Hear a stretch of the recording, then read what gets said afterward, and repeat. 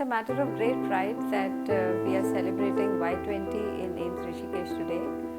And one of the messages which we want to give to the youth is about time management.